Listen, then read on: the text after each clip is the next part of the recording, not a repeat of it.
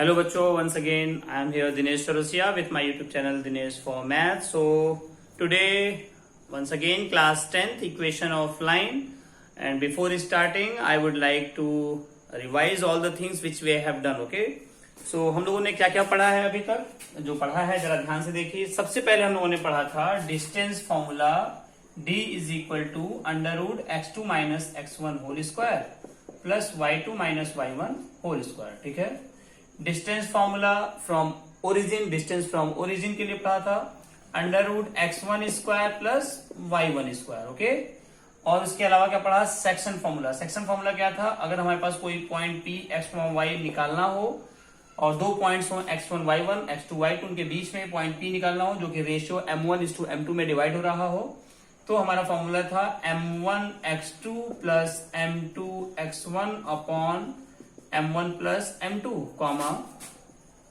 m1 y2 plus m2 y1 upon m1 plus m2। ठीक है, इसके अलावा अगर रेशियो m1 रेशियो m2 ना हो के 1:1 हो जाए, यानी कि मिड पॉइंट हो जाए, तो हम लोगों ने मिड पॉइंट के लिए क्या पढ़ा है भाई, मिड पॉइंट की x, y का कोऑर्डिनेट निकालने के लिए फॉर्मूला है x1 प्लस x2 अपॉन 2 और y1 प्लस y2 अपॉन 2। ठीक है, इसके बाद क्या था, सेंट्रॉयड। सेंट्रॉयड हमारा था, अगर हमें किसी ट्रायंगल का सेंट्रॉयड निकालना हो और उसके coordinate x1 y1 x2 y2 और x3 y3 गिवन हो, यानी कि ABC वर्टिसेस के, तो सेंट्रॉयड था x1 plus x2 plus x3 y3 y1 plus y2 plus y3 y3। ठीक है, तो इतने फॉर्मूलाज हम लोगों ने अभी तक फिलहाल पढ़े हैं। इसके अलावा हम लोगों ने इक्वेशन ऑफ लाइन के भी कुछ फॉर्मूलाज पढ़े थे या कुछ इक्वेशंस पढ़े थे। वो क्या क्या थे, देखिए, इक्वेशन ऑफ लाइन को हम कितने टाइप से लिख सकते हैं या कौन कौन से फॉर्म्स होते हैं इक्वेशन ऑफ लाइन के, ये हम लोगों ने पढ़ा था। जो बेसिक हमारा है इक्वेशन ऑफ लाइन का, जो जनरल इक्वेशन ऑफ लाइन है, वो है ax plus by plus c is equal to 0। यानी कि जब भी कभी आपको equation of line single line मिलेगा तो आप देखेंगे कि x की पावर 1 y की पावर 1, यानी कि लीनियर इक्वेशन मिलेगा और उसमें वेरिएबल्स x और y होंगे। ठीक है, केवल x भी हो सकता है, केवल y भी हो सकते हैं। x की पावर जो होगी और y की पावर जो होगी वो मैक्सिमम 1 होगी। इसके अलावा हम लोगों ने पढ़ा था equation of x axis, equation of y axis, equation of line parallel to x axis, equation of line parallel to y axis. तो क्या क्या पढ़ा था देखिए। इसके अलावा हमने पढ़ा इक्वेशन ऑफ x एक्सिस, वो था y is equal to 0। Equation of y axis, वो था x इज इक्वल टू 0। इसके अलावा हमने पढ़ा था equation of line parallel to x axis, equation of line parallel to x axis या y एक्सिस। अगर हम x एक्सिस लेते हैं तो फॉर्मूला था y is equal to a, और equation of line parallel to y axis अगर था तो वो था x is equal to b, कुछ भी। ठीक है, x is equal to something अगर है तो वो y एक्सिस के पैरेलल इक्वेशन है, अगर y is equal to something है तो वो x एक्सिस के पैरेलल लाइन का इक्वेशन है। ठीक है, इसके अलावा मैंने आपसे बताया जो जनरल इक्वेशन ऑफ लाइन है वो है ax plus by plus c is equal to 0। इसको हम कौन कौन से फॉर्म में लिख सकते हैं ये मैंने आपको बताया था। क्या क्या था, सबसे पहला फॉर्म था y is equal to mx plus c।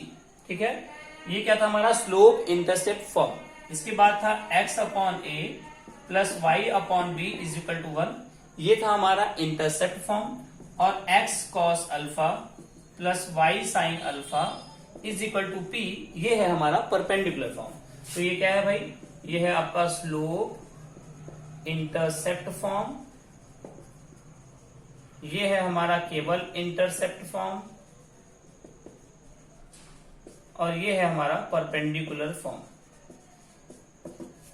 इसमें क्या क्या है ये भी हम लोगों को एक बार रिवाइज करना है। जो m है वो स्लोप है, m का मतलब होता है tan थीटा, c हमारा है y इंटरसेप्ट, और इस x upon a plus y upon b equal to 1 में a और b क्या है, a है हमारा x एक्सिस पे काटा गया इंटरसेप्ट, b है हमारा y एक्सिस पे काटा गया इंटरसेप्ट। इसके अलावा x cos alpha plus y sine alpha equal to p में ये p क्या है, अगर हम ओरिजिन से गिवन लाइन पे परपेंडिकुलर ड्रॉ करते हैं तो उस परपेंडिकुलर की जो लेंथ होगी वो होगा हमारा p, और ये अल्फा क्या है भाई, जो परपेंडिकुलर हमने ड्रॉ किया है ओरिजिन से गिवन लाइन पे वो परपेंडिकुलर जो एंगल बनाता है एक्स एक्सिस के पॉजिटिव डायरेक्शन से, that is called what, alpha. ठीक है, तो अल्फा एंगल क्या है, जो परपेंडिकुलर ने आपका एक्स एक्सिस के पॉजिटिव डायरेक्शन से एंगल बनाया है। ठीक है, तो इतनी चीजें हम लोगों ने अभी तक पढ़ी।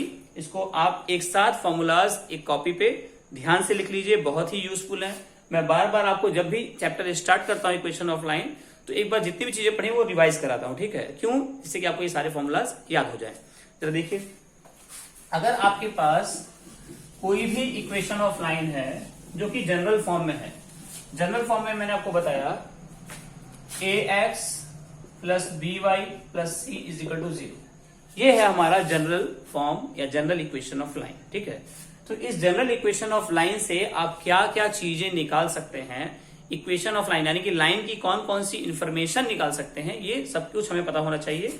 इससे कैसे, जरा देखिए ध्यान से, इसको हम लिख सकते हैं Y X slope intercept form में भी लिख सकते हैं, इसको हम लिख सकते हैं इंटरसेप्ट फॉर्म में भी, और इसको हम लिख सकते हैं अपना परपेंडिकुलर फॉर्म में भी। जरा देखिए कैसे लिखेंगे, इसको आप देख लीजिए, फिर एक एग्जांपल लेते हैं, आपको क्लियर हो जाएगा। ये बहुत ही इंपॉर्टेंट है, आपको अच्छे से प्रिपेयर होना ही चाहिए। ठीक है, देखिए अगर आपके पास इक्वेशन ऑफ लाइन है A X plus B Y plus C equal to 0, और हमारा जो पहला है हमें लिखना है स्लोप इंटरसेप्ट फॉर्म में, तो कैसे लिखेंगे जरा ध्यान से देखिए। A X plus B Y plus C equal to 0, जो हमारा स्लोप इंटरसेप्ट फॉर्म है वो होता है y is equal to M X plus C. ठीक है, y is equal to M X plus C, यानी कि y जो है इस तरफ होना चाहिए और x और c उस तरफ होना चाहिए। तो इसमें हम b y को इधर ही रहने देते हैं, ये हो जाएगा माइनस ए एक्स माइनस सी। देखिए ए एक्स उधर गया तो माइनस ए एक्स, सी उधर गया तो माइनस सी।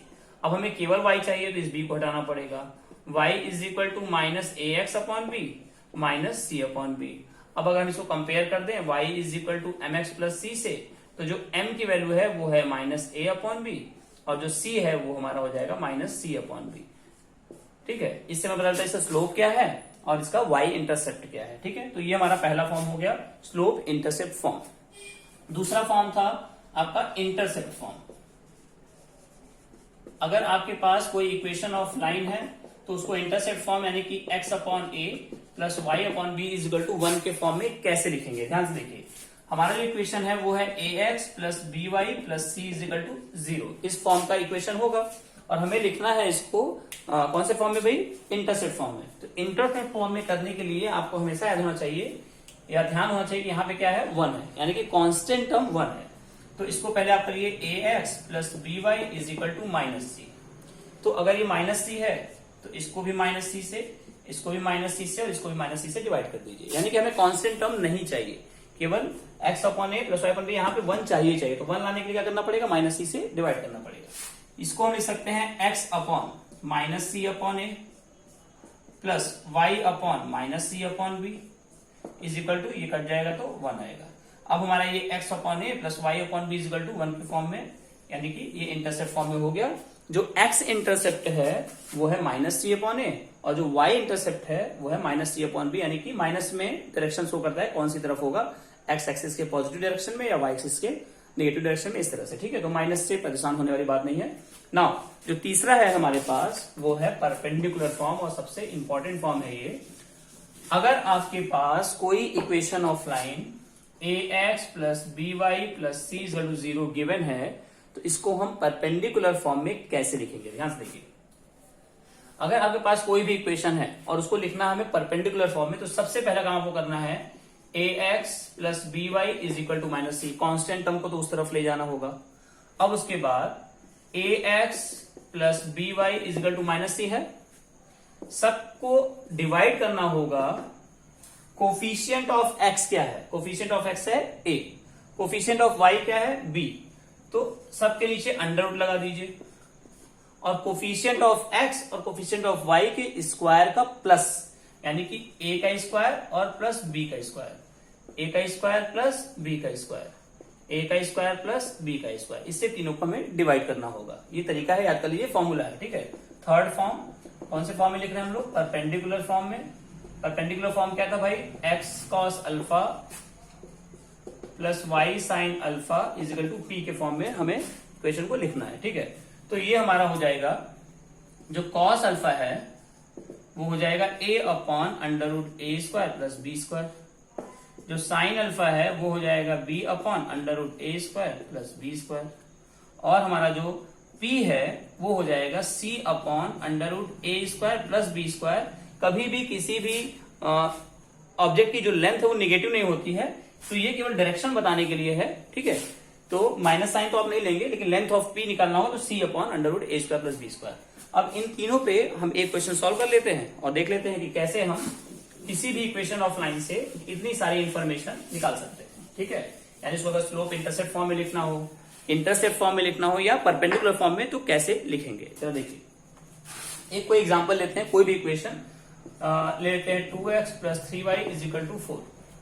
ये हमारा इक्वेशन ऑफ लाइन है और हमें इस इक्वेशन ऑफ लाइन को सबसे पहले लिखना है स्लोप इंटरसेप्ट फॉर्म में। पहला फॉर्म स्लोप इंटरसेप्ट फॉर्म।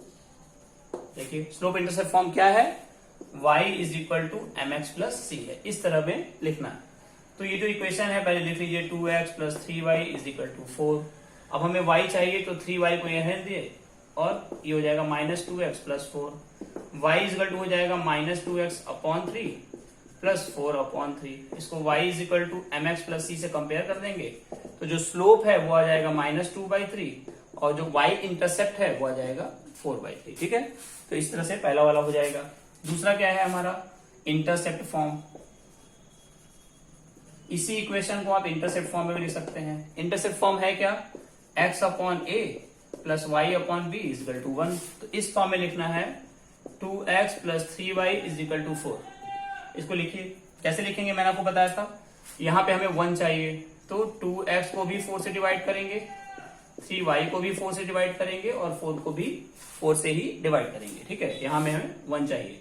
इसको लिख सकते हैं x upon 4 upon 2 y upon 4 upon 3 is equal to 1, ठीक है।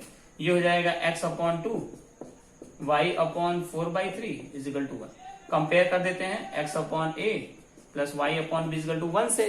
तो a की वैल्यू क्या हो जाएगी, a हो जाएगा हमारा 2 और b हो जाएगा 4/3। ये हो गया x इंटरसेप्ट और y intercept. x intercept y intercept समझ रहे हैं आप। ये अगर है और ये लाइन है तो ये x एक्सिस है, ये y एक्सिस है। यहां से यहां तक जो डिस्टेंस है वो x इंटरसेप्ट है। अब इस क्वेश्चन के अकॉर्डिंग मान लेते हैं यहाँ पे 2 कट कर रहा है, 4/3 का मतलब ये डिस्टेंस 4/3 है, ठीक है। तो इस पॉइंट का कोऑर्डिनेट कितना हो जाएगा और इस पॉइंट का कोऑर्डिनेट कितना हो जाएगा। अगर ये डिस्टेंस 2 है तो ये हो जाएगा 2,0 और ये डिस्टेंस है 4/3 तो ये हो जाएगा 0,4/3, ठीक है। y एक्सिस पे पहले 0 होता है, तो ये इसका मतलब है। एक और देखते हैं लास्ट वाला क्या है। हाँ, इक्वेशन है हमारा 2x plus 3y is equal to 4। इसको हमें लिखना है कौन से फॉर्म में, x cos alpha plus y sine alpha is equal to p के फॉर्म में, यानी परपेंडिकुलर फॉर्म में लिखना है। ये थर्ड है। तो देखिए परपेंडिकुलर फॉर्म में लिखने के लिए जरा ध्यान से देखिए, मैंने आपको बताया क्या था कि x का कोफिशिएंट और y का कोफिशिएंट दोनों का स्क्वायर करेंगे, दोनों को सम करेंगे, दोनों को अंडर रूट में करेंगे, ठीक है। उससे डिवाइड करना है। तो 2x plus 3y is equal to 4। 2x को भी, 3y को भी और 4 को भी सबके नीचे अंडर रूट लगाना है।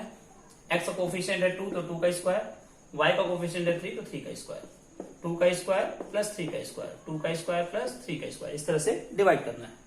ये हो जाएगा 2x अपॉन 2 2 जा 4 3 3 9 9 plus 4 13 under root 13 3y upon under root 13 is equal to 4 upon under root 13। इस तरह से अगर इसको कंपेयर करते हैं x cos alpha y sine alpha is equal to p से, तो कॉस अल्फा हो जाएगा 2 अपॉन अंडर रूट 13, ठीक है। साइन अल्फा हो जाएगा 3 अपॉन अंडर रूट 13 और जो हमारा p है p, ठीक है, लेंथ ऑफ परपेंडिकुलर, ये हो जाएगा 4 upon under root 13। Alpha cos alpha का निकल गया तो आप अल्फा निकाल सकते हैं। आपने ट्रिग्नोमेट्री क्लास 9th में भी पढ़ी है या क्लास 10th में भी पढ़ रहे हैं, ठीक है। तो दिस इज ऑल अबाउट कि किसी भी इक्वेशन ऑफ लाइन को, जनरल इक्वेशन ऑफ लाइन को आप कैसे स्लोप इंटरसेप्ट फॉर्म और परपेंडिकुलर फॉर्म में लिख सकते हैं। इसके अलावा distance formula, distance from origin, section formula, centroid, mid point और ये सारे फॉर्मूलाज आपको याद रहने चाहिए। अभी हमारे इक्वेशन ऑफ लाइन में बहुत सारा कुछ है जो कि बहुत ही इंपॉर्टेंट है। तो नेक्स्ट वीडियो में फिर मिलते हैं। Till then thank you so much. Please like and subscribe my channel to motivate me. Okay, thank you.